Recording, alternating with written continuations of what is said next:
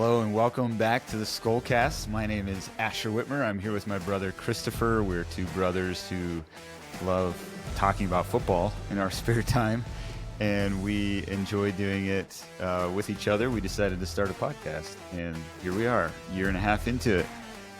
We're Vikings fans, if you didn't identify that from the name, and we are trying to walk this line of being realistic about our team after a almost fantasy-like season for most of last year. Trying to be realistic about the Vikings while also a bit exasperated at some of the media takes about the Vikings quarterback situation a little bit. I told Christopher right before we hit record here that I don't want to spend a ton of time doing this. Vikings are on a bye week. They didn't have a game this last week. We will look at the game coming up with the Eagles a little bit. But it amazes me how many Vikings conversation there is on Twitter. And this is the thing Christopher and I were just talking about is it just my algorithm? Are there any rational fans who are this way? But seeing so many people, there's definitely even like national media analysts at large on ESPN and so forth that talk this way as well. Like, oh, you got to ride the hot hand. You got to give it to Wentz since he's, 2-1, I guess, in his 3 games. Mm-hmm. And I just like, to me, that we are exhibit A of why you don't give up on a quarterback so soon. And the thing that Christopher, you can give some feedback here in a moment, and we can talk later around some of the stuff that O'Connell has talked about, McCarthy needing to practice and work on, and even just whether or not we should be optimistic. Like, I think there's a difference. We both had the Vikings making the playoffs this year. I said they need to win a playoff game this year. I still think they could, but a lot of stars would have to align for that to happen. Based off of what we've seen in these first 5 games, it's probably more likely they miss the playoffs. Where I'm at now today, I would much rather see McCarthy get the reps and get the practice. We haven't seen enough of him to have any conclusions about him. We are exhibit A that you don't give up on quarterbacks soon. We've been able to bring in quarterbacks who did not have good establishment early on and repair them, rehab them, or at least be a significant part of their journey. I don't know that we should take full credit. Obviously, we don't take any credit. Kevin O'Connell takes full credit for everything, but Sam Darnold played a full year here. That's where people saw, oh, he can win. Daniel Jones is now winning in the Colts, and he specifically named how the Vikings quarterback room is and the things that the way they prepare and so forth. So we are exhibit A for showing you do not give up on a quarterback after 2 games. And we can weave in some of this conversation too. Did you see what the Falcons defense did against the reigning MVP and the number 1 ranked offensive line in the NFL? They made him look stupid too. Pardon my language. Yeah. They made him look like a careless, haphazard quarterback as well. So if you watch that Falcons game and thought, oh my, where's the hero that we had in the Bears game comeback? Guess what? You're in the same boat a lot of Bills fans are. And while the Falcons are a bit of a mystery to me because they had that fluke of a game where they were shut out by the Panthers of all people, it's very clear they have one of the best pass rushes in the NFL. Anyways, that's kind of my little rant to say. I'm not sure that you can be a rational fan and be ready to give up on McCarthy yet when you have Kevin O'Connell as your head coach. Yeah. I don't think a lot of Vikings fans are rational. Well, I didn't finish my thought either. I'd rather see McCarthy get the reps, even if they end up dead last in the division. And I think we've talked about that, but I don't know if we're rational either. I mean, I think part of it is because, Minnesota sports as a whole have just betrayed us so often. And so we take all of that trauma into all of our fandoms. But I'm right with you. Like the idea. Oh, the one thought in response to the Falcons thing is like, kind of the goal of the NFL and the beauty of this season is that from week to week, our narratives are shifting and changing. And turns out the Panthers might not be as bad as we thought they were at the beginning of the year. Like them shutting out the Falcons might not be as much of a condemnation of the Falcons as we thought, you know. I don't know if the Panthers will be good or not, but I just think they, you know, they're competing against teams that we didn't think that they could compete against. And so all that to say, like the domino effect on like, well, how can the Vikings be good because they lost to the team that was shut out by the Panthers? It's like the NFL is actually super competitive, and there's a lot of parity across the board. Yeah, no, I'm right with you as far as like McCarthy and development. I mean, Sam Darnold, Baker Mayfield, Daniel Jones. I mean, Geno Smith at first, obviously this year hasn't been good at all, but like these are guys the last several years who have come from like dumpster fire teams, the Jets, the Browns, the Giants, the Panthers, washed out and then found somewhere else after even stumbling around a little bit. Like I think they all went and spent, you know, Baker Mayfield spent like the last half of a season with the Rams, or what was it even half a season? Daniel Jones spent time in a game or two, I think. Really? It wasn't much, yeah. Stafford came back then, or was it just the end of the season? It was towards the very end of the season. Let me see. Keep talking. Gotcha. Let me see if I can look it up. But all that to say, like Baker Mayfield spent a couple, you know, drank a couple coffees with the Rams, and Daniel Jones spent time in our lunchroom essentially. Yeah, 5 games. Baker Mayfield was with the Rams for 5 games. The month of Sam December. Darnold. Gotcha. Yeah. Sam Darnold, you know, went to Shanahan first and then to O'Connell and played. All of that speaks to development. All of that shows these guys had the talent that teams thought they did. Those teams were dumpster fires because typically only dumpster fire teams draft that high. And those teams are still rolling around in their mud looking for a franchise quarterback. They've given up on these guys that other teams have picked up on, finished their development. And now the story is all, I mean, Baker Mayfield seems pretty set. Like even if he doesn't win a Super Bowl, I would say that that's a successful turnaround.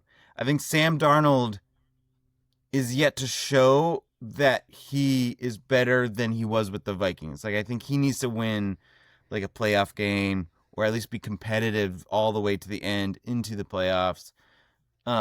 6 games. In order for him to show, in order for him to prove that the Vikings were wrong to let him go. And even still, I don't think the Vikings were wrong. I think the Vikings had a plan, and he wasn't a part of that plan at that price point. We should want, just to jump in on that real quick, we should want, as Vikings fans, Sam Darnold to go and succeed. Like, that is an indication of the, like, if Sam Darnold was here, had a winning season, and then left and fell apart, that indicates Kevin O'Connell didn't develop a quarterback. Kevin O'Connell just has schemes for people. And that's then all your hopes and dreams are on the coach, and until somebody adjusts to his scheme and out schemes him. Whereas if Sam Darnold and Daniel Jones come here and then they go and they're successful other places, it shows Kevin O'Connell, probably not just Kevin O'Connell, Josh McCown and other people in the room as well, they're good at developing quarterbacks, which is what the hope for McCarthy is. We're not saying McCarthy is an MVP now. We're not saying McCarthy's even going to win a playoff game this year or have a winning season. But we want to give them reps. Yeah, that's what I was going to jump in and say. I'll keep ranting if I'm not careful. And, like, you know, some people might say, well, you're not giving enough credit to Sam Darnold. No, it's predicated on credit to Sam Darnold. It's predicated on the fact that this was a guy who was extremely talented and somehow was washing out with the Jets and the Panthers. What we're saying is that Kevin O'Connell and this team that he has set up were able to unlock Sam Darnold. So yes, like Yeah. Sam Darnold, like Josh Dobbs did not turn into a franchise quarterback. Mm-hmm. Sam Darnold did. So yes, Sam Darnold is an incredible player. Yes, incredible players take development. And you have to unlock that through the coaching, through reps. And that's McCarthy's not been given the chance. Number one, it's his first season starting. You cannot judge someone off of 2 games. There could maybe be legitimate concerns of like, is he injury prone? Like if he gets injured like a third time this season, that would be pretty concerning. But even there, the Vikings probably cut him loose. He would probably go and have several injury-free seasons, and he would get the development that he needs. And so there's kind of this degree of, as fans, we need to have patience, and we don't want to have patience. We want to see the teams moving. We want to see them trying, and there's some legitimacy to that. But it's like you could either be the Browns, roll around for 5 years in some of the worst team building activities the world has ever seen, or you could still have Baker Mayfield. Exactly. Like what would you rather have? Been cheering for the Browns for the past 4 years? I mean, there was that one season with Flacco that was, I'm sure, fun, but everything else was miserable and embarrassing. Or you could be cheering for someone who's incredibly loved by that fan base at first. It's also like Baker Mayfield. Yeah, I mean, this kind of throws shade at Kevin Stefanski, but Baker Mayfield may still be in Cleveland and still not be who he is today. Like there was a journey of quarterbacks going to coaches who were able to bring out the best in them and coach them in ways that they can then carry from one team to another. I also think there's a big difference. Baker Mayfield's his big receiver that he had for a while was OBJ. Famous, kind of dramatic, I need the ball hog type of guy. JJ McCarthy's is Justin Jefferson. The culture that those things set somewhat to put on the shoulders of Stefanski somewhat, but also I think it's another sign of just incompetence as an organization. Mm-hmm. Yeah, no, I think, like, as I watch some of this, because I've seen stuff on Twitter, and again, I don't know, some of these, there's like a Vikings fan page or Purple Persuasion stuff. Like, I'm not sure who's behind all that. Some of the people, the names that I know, they're far more rational. Although Tyler Forness he's a reporter of some kind. He's kind of played into it a little bit, in my opinion. But what has he said? Well, just kind of played into this idea that there is a controversy in Minnesota between the quarterbacks and that Kevin O'Connell. Interesting. I hadn't seen it. I forget what I should have the headline pulled up here. But I just think so. I see some people like saying I had a conversation. Oh, I think it was someone commenting on one of our shorts or one of our videos actually talked about how like the Vikings window is open for the next 1 to 2 years and they've got to win. You got to go with Wentz to win now. They're in a win now mode. Oh my gosh. And first of all, I would say that is exactly the mentality that sets Vikings fans up for the grave disappointment of the playoffs. Like when I reflect on even last year, if we just want to take as an example, and we're going more than 10 minutes on this, but I think this is the Vikings bye week. We can spend more time on this and less time on the rest of the league. We're the Skullcast after all. But the we all saw like it turned out way better than we thought it was going to be. And we saw Sam Darnold develop. We saw the defense look super, for lack of better language, super sexy or super splashy in their play. They're leading the league in takeaways and all this. And we're all enthralled with stuff that we hadn't seen in a while, seen in a long time. I think teams that, fans that have lived through quite a bit were like, okay, we'll see what it looks like in the playoffs. And sure enough, the things that were always there throughout the season, but were disguised because they weren't playing, super competitive teams, or for whatever reason, Sam Darnold was hot enough, because for a large portion of the season, Sam Darnold was one of the best against the blitz, which was so random. And then he just totally fell apart against the blitz. And,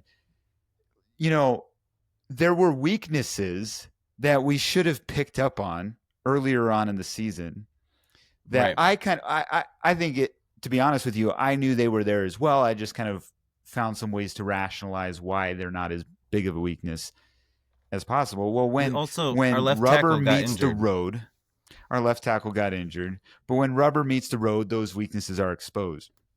And so in the same way, what I'm trying to approach now is a realistic, like, what are the weaknesses? I have no delusions about our weaknesses right now. There's, you already brought up the injury proneness of McCarthy. There's also mechanics that he's needing to work on, and there's mechanics that are an issue. The fact that the run defense has not been near as good as it was last year, and maybe a lot of that has to do with Blake Cashman coming out, and hopefully he'll be back for the Eagles game. That'll be nice, and so forth. But there's different pieces we can look at. Will this team actually win 11 games like I said they would, or a playoff game like I said they would? To say we need to stick with McCarthy is not to say there aren't legitimate weaknesses. In fact, to have the idea that we have a Super Bowl team now and we got to go try to get it with Wentz, that is to be blind to the weaknesses that we have. And that is to kind of live into this fantasy that then will let you down in the playoffs. If we have any hope of going deep, we need some very fundamental pieces to be built out, pieces that I don't think Wentz is ever going to recover. Wentz has done a fantastic job as a backup quarterback, and maybe he should play against the Eagles. But I still think a couple things. Let's be realistic. Will we actually win a Super Bowl? Are we actually in a window to go win a Super Bowl right now? I do think the Vikings have one of the best well-rounded rosters in the whole league. Is Wentz going to be able to carry the team through to win a Super Bowl? I haven't seen anything to convince me that ways in that direction. I think McCarthy needs developed, but I've seen some things in McCarthy that said if he's developed, he's got the it factor that could carry us to a Super Bowl. So I'd rather push this down the road. But then back to what we were saying overall, I think the Vikings Super Bowl window is as long as Kevin O'Connell is coach. And that's saying a lot for a guy that hasn't won a playoff game yet. So I am holding a microscope to he needs to win a playoff game. But if that's like, if Kevin O'Connell is not that kind of coach that could take the Vikings to a Super Bowl, then I think we're deceiving ourselves. We're fooling ourselves to think that the playoff window is open or the Super Bowl window is open. Right. And if Kevin O'Connell is enough that the Super Bowl window is now open, then I stand back and say no, just like with Dan Campbell with the Lions, just like with Kyle Shanahan with the 49ers, or Sean McVay, Andy Reid, some other great coaches around the league. As long as they're head coach, then they're going to be able to put together and develop players to give us an opportunity to be competitive in the playoffs. Yeah. That was a big 20-minute rant on the. Let's look around the league a little bit, and then we could. Pardon my Alexa, who's talking here. Did you hear that come through? I heard. I couldn't tell what was happening. Maybe spend 5 to 8 minutes here, kind of reflecting on the league as a whole, and then jump into our picks for this next week, and we could discuss a few things around the Eagles-Vikings game. There's a lot that we could talk about. We had several kind of surprising upsets. Was there a game that stood out to you that was like, oh, I think this is saying something about the landscape of the league. Well, yeah, I really wanted the Bears to lose, but they didn't. So I won't say anything about that. Oh, Do you think that I says wanted more to. about the Bears or the Commanders? Just real Um, quick. it probably says more about the Bears. I haven't looked up. I fell asleep before the end of that game, and so I haven't looked at like the fourth quarter stats. Caleb Williams, the part that I watched, Caleb Williams was not playing well. He was still like missing, and some of that could have been timing, which I think is still not playing well. like, like 6 weeks into the season, a second-year quarterback like Caleb Williams that people are wanting to praise again, development. Like year 3 could be a lot better. I'm not saying give up on him, but this is more than I wanted to talk about the Bears. Yeah. He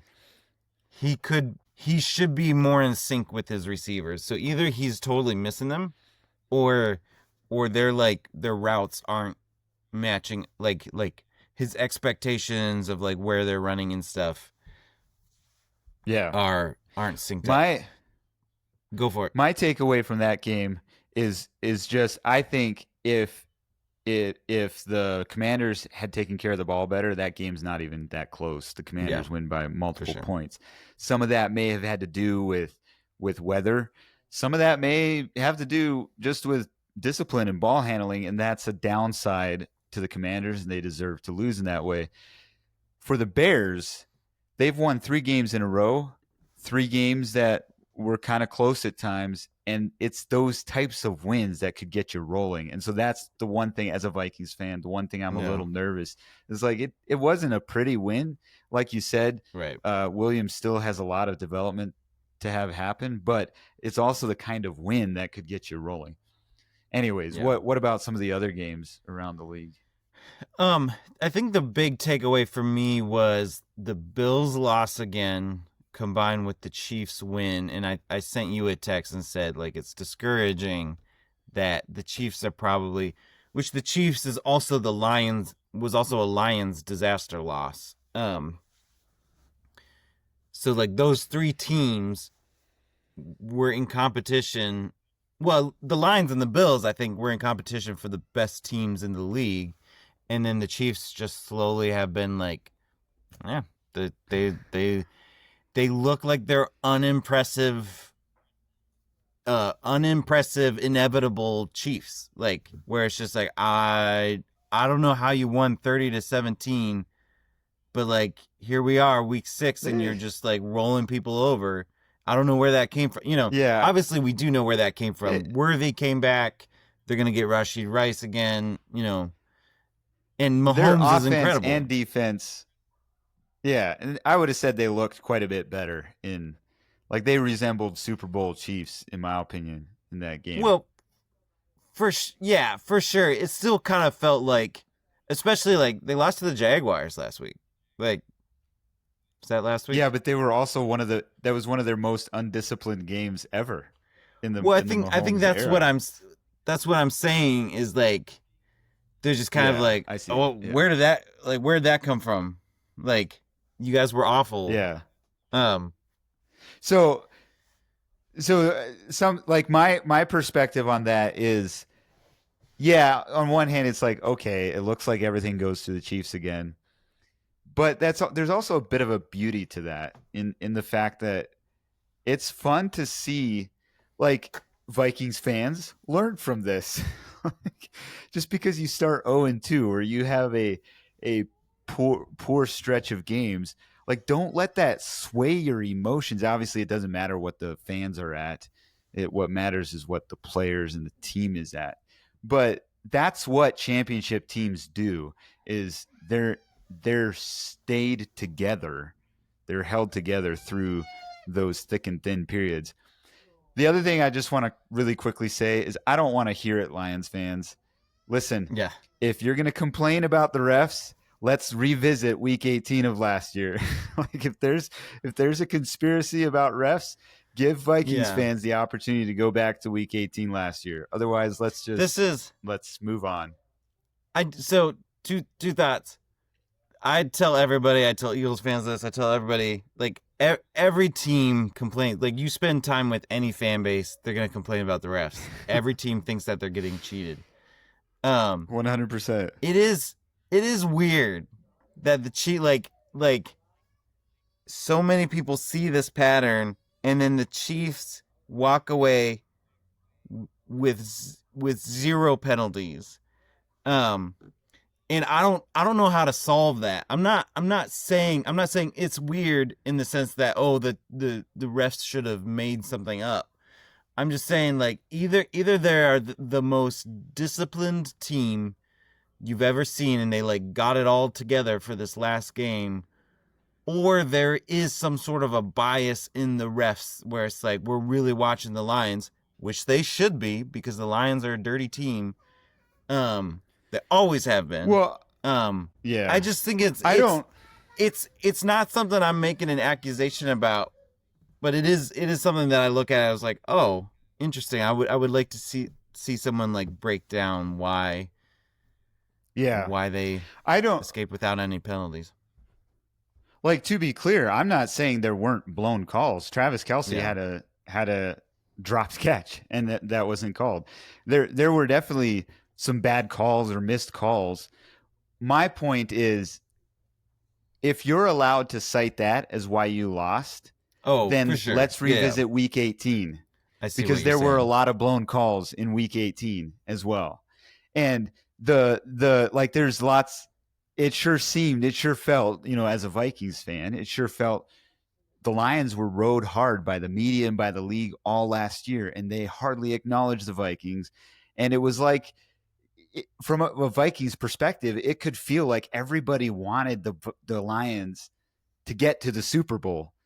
And then Washington comes in and just shuts them down. Obviously, I think, again, I go back, I think the Vikings gave Aaron Glenn a head coaching job.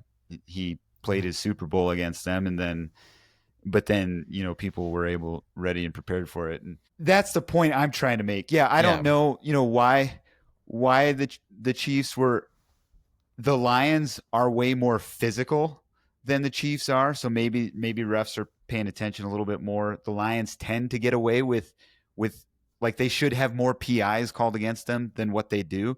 And in a certain degree, I'm like, hey, go ahead and coach that. If the refs are only going to call a certain percentage of PIs, then play close, jam guys, get in their faces hard, and maybe it'll work. On the other hand, it's like the Lions don't actually have that superb of a defense. So I don't know if they got a bunch of injuries. Mimicking.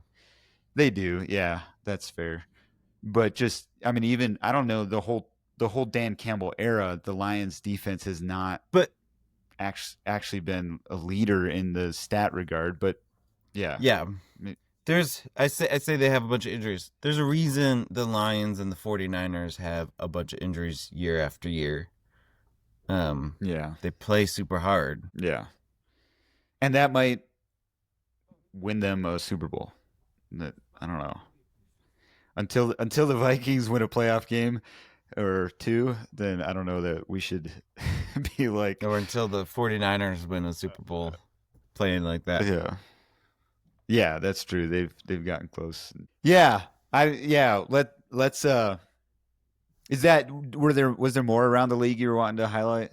No, that was kind of the big thing. It was just like, oh, it's the Chiefs again. Yeah. Yeah, and I'm not sure what to make of the Bills. Like, to me, that game said way more about the Falcons. So as a Bills fan, I would say hang in there. I will say that I do believe my gut reaction from the opening night or the opening weekend, Bills versus Ravens, I think there was maybe a little bit more legitimacy to that than, because since then I've been like, oh, well, maybe the Bills have figured some things out. My takeaway from that game was Bills have not fixed their defensive struggles from last year, and the Ravens don't protect the ball. And I think we're seeing that continue here. The other issue with the Bills is they don't have playmakers. Like the Falcons finally have some playmakers starting to put together. Bijan Robinson, Drake London. Bijan's incredible. And He reminded me of Adrian Peterson watching him run. yeah, his bursts through, Yeah. like when he gets a hole through, like he's more explosive in my opinion than Saquon Barkley. Saquon Barkley's patient, and so he'll Yeah. wait for openings to open up, whereas Bijan will like see a little opening and shoot through it. It was phenomenal to watch him. Yeah. Let's go through our picks. You let me pull this up here so our YouTube audience can see. Last time I failed to prep this or to share this. You continue to stay ahead of me. I'm 57 and 35, you're 59 and 33. I believe you were 9 and 5 last week, and I should start putting that what the week was right underneath or something so that we can see. I was 8 and 6. So I'll just put this first list of games up, and we'll highlight. Probably want to spend the most time around the Eagles. I just want to say I really struggled with this. I did am too. nervous that the Eagles might get right against the Vikings. And then there's just once again, the Vikings falling apart on the Eagles. There was also a part of me that so far every time I've chosen the Vikings to lose, they've won. And so there's a part of me that's like, let me just pick them to lose, and then hopefully they'll win. But then when I stop and thought about, okay, what have I seen from the Vikings and what have I seen from the Eagles? And I think the Vikings can pull a win here. Maybe if on one hand I really want McCarthy to start this game because I think the team is best prepared. And the Eagles' defense is soft right now. The Eagles have a defense that works really well when they have big, strong guys on their defensive line. And when they don't, or when they have some injuries to that line, it creates some weakness in their pass rush, which then exposes weaknesses in other aspects of their defense. And so on one hand, I'm like, I would rather McCarthy come back in and play that instead of the rest of his team being on a short week and have to play the Chargers, which have a pretty decent defense themselves, although recently they haven't been superb. But yeah, I don't know. What are your thoughts? Yeah, I really struggled with this because it's like this game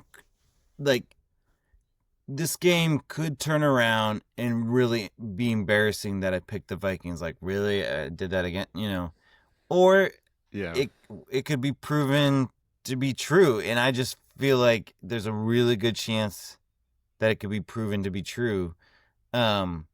Eagles are not playing well. I thought last week that maybe they were getting some things together, and then they didn't, and then AJ Brown, was being all coy and stuff, and so I was like, this team is not in sync. So there's that. They could still pull it together, but then Zadarius Smith retires mid-season. Who's like older, but he was not with the Eagles. Yeah, I would have forgotten didn't it even know too. that. So now last year he was with Detroit, right? Yeah. I think he signed with Detroit mid-season, maybe. And the year before that, he was with the Browns, or something like that. At some point, the Vikings traded him to the Browns. But he was nothing to like shrug at, and so that is a definite like loss to me. There's like, maybe it's for personal reasons, maybe there was something with health, maybe they were gonna cut him, which would be surprising. And would mean that maybe he's not as much of an effect as I thought. I don't know why he retired, but to me, there's I wonder what is going on with the Eagles. Just all of those things combined with their play make me think the Eagles could be trending in like sort of a messy situation right now. And the Vikings could come in and take advantage of, not come in, they're hosting, could take advantage of that at home. Yeah, the fact that they're at home swayed me. The other thing is, and I've told you this for a couple of weeks now, but it does to me it feels very similar. And obviously, I'm just a fan 1,000 miles away, but Yeah. it feels reminiscent of the Niners game last year, where you have a team Hmm. coming in, the reigning NFC champions. Obviously, the Eagles actually won the Super Bowl, but they've also not played the Flores defense or this iteration of the Flores defense. Hmm. And we see, like, I'm a little nervous because, on one hand, if Minnesota's not careful, I could see Hurts being able to scramble out of some of the rushes and the blitzes and so forth. On the other hand, what we saw against the Giants was that Yeah. you can very much disrupt Hurts, and you can disrupt his his passing game isn't very good. There's some interesting data even around Saquon Barkley. He seems to have a pattern of having high seasons and then the following season is pretty low. Maybe not quite the Hmm. Adrian Peterson or Derrick Henry type stacking up good seasons back to back. Obviously, Henry's having a down season as well this year, but the Right. um the fact that Saquon's the run game for whatever reason just isn't quite what it was last year. The inner clubhouse dynamic to me, I can't help but wonder. Obviously, this is presuming a lot, but I can't help but wonder if some of this stuff isn't carrying over from a year ago, and that they Sure. happen to be able to disguise some bad dysfunction with some really good play. Like they had incredible play last year, pulls them together, and they go and win a Super Bowl. But if you look at the reactions that they had to winning the Super Bowl and even coming into this year in light of being Super Bowl winners and stuff, I didn't really think about it at the time. I did think about it was weird that on opening night, Sirianni and Hertz kind of tried to act like they didn't know it was banner Yeah. raising night. That was kind of funny to me, but Yeah. it's almost like, yeah. I just wonder if some of these dynamics aren't now coming to roost and being exposed again because the Yeah. play isn't there that Yeah. was there, especially the second half last year. Yeah. Now, I don't think if I'm an Eagles fan, although I know some Eagles fans who are very down on the team right now. If I'm an They Eagles all fan, are. yeah, I'm looking at last year and thinking like they're 4-2. Like if they're Right. 4-2 playing like this, wait till they get it together, and Right. it'll they'll be unstoppable then. And I think you can't deny that. As a Vikings fan, I'm also like I've been picking Eagles every week so far, and 4 games they should have lost. Maybe the Rams game you can place on like the Eagles legitimately special teams pulled it out, but the other 3 games it was the other teams that fell apart and couldn't close it out and pull off the win. And then they also lose 2 games and they're really sloppy and just not creating a lot of pressure. When I look at what the Vikings weaknesses are right now, I'm not sure that the Eagles will tap into that unless they happen, Yeah. because they do have a longer break. They played Thursday night last week. So, anyways, I decided to settle on Vikings. We'll see if we're right or wrong there. Is there any other team you want to point out? We need to wrap this up here quick, but Um. I think the Dolphins are a bit of a dumpster fire right now, so I'm going with the Browns, even though Yeah. they're both They kind of they bad are a teams. dumpster fire. Browns are less of a dumpster fire, more like a dumpster ash. And so they may get the better. I think I just saw how I the think we're Dolphins played against who did they play against? They were like a field goal away from winning. the Chargers. Yeah. Yeah, yeah, they do. They are staying close enough. It's interesting that Mike McDaniels isn't gone yet. They keep playing just well enough. But I think even just some of what we're seeing with Tua's leadership and so forth, Yeah, that that I don't that think it's is going to be long till it. that is that I've lost all respect for two. Yeah. Yeah. I have the Texans taking down the Seahawks. I don't know. I could see this being one of those games where it's like if the Seahawks beat the Texans, then I have to acknowledge two things. One is the Texans aren't what I thought they were, and two, the Seahawks are better than I thought they were. Yeah. Texans have the best defense in the league right now, and I'm curious to see how Sam Darnold responds. One of the things I was going to jump in and say, I don't think I said it then. Hopefully I'm not doubling up, but this time a year ago, Sam Darnold he was in MVP conversations as well. And so it's like, as a Vikings fan, it's like, don't look at that and be like, oh, we should have kept him. No, right. He was that way last year too. And then look at what happened in the playoffs. And so I'm curious to see what happens if pressure, they've lost 2 games where both of them had stronger defenses. And so you're saying the Seahawks lost those games. Yeah. Somebody wants to say hi. It'll be interesting to see. You want to say hi to Asher? Hey, Joanna. Hey. She's not in the greatest mood. Good to see you. Do you think the Texans will win? She's a little cut. Do you think the Texans will win? Or the Seahawks? Do you think the Vikings will win? That's the question. Is she Vikings or Eagles fan? She's a Vikings fan. I don't actually know yet. That is arbitrarily determined for the foreseeable future. Band-Aid. Well, I think we'll wrap up this episode unless you have more you wanted to say on Seahawks Texans or any of these games. The Seahawks Texans is a Monday night game. That'll Buccaneers Lions, Seahawks Texans. Those are great. Nice hair, Joe. Those are great primetime games. Yeah, great primetime games. Yeah.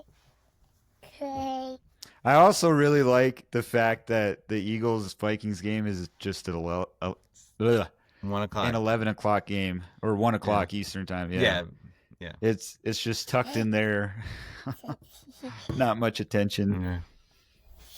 I think that bodes well for the Vikings, is what I'm saying. Yeah, for sure. So yeah, if you are a rational Vikings fan, I apologize for making this, but if you are a rational Vikings fan, I'd be curious to hear what are your thoughts on McCarthy and the Vikings and the path forward. Maybe especially if you're someone who's watched the Vikings for 30 years or so, like how does this look and sound? Obviously, we just don't have a lot of tape, a lot of time with McCarthy to really get a handle on anything. But just in terms of the Vikings, other than Christian Ponder, which fell apart very early, was he injured before the season started? No, he played. He did play, yeah. But I didn't follow the Vikings during that era. It was a really pathetic era. But what I was going to say is, out of Christian Ponder, the Vikings haven't had a top 10 quarterback draft pick ever in decades, ever. Yeah. So Teddy Bridgewater was probably the closest thing to like, oh, we might have something here, and then his knee just got destroyed in non-contact injury. Yeah. So yeah, thanks for listening. If you're still listening, drop us a comment. If you're no longer listening, have a great week 7, and we will talk with you guys later. Glad to have Vikings football back. Yes. See ya. But Teresa and I are taking an anniversary getaway this weekend, so I'm not. We're gonna go to Portland, Oregon, and see the city. We've never been to that city, and we'll probably actually in a war zone. Just totally falling apart. That's the narrative. That's what people say. Oh, we're gonna go check for ourselves. We'll possibly be at Bridgetown Church right as the Vikings are playing. Oh, so cool. Checking out the church John Mark Comer founded, and Tim Mackey used to go there. I don't know if he still goes there. We should look up what church she goes to. I should see if I can have coffee with Tim Mackey. Could always try. Okay, we will see you guys later. All right. See ya.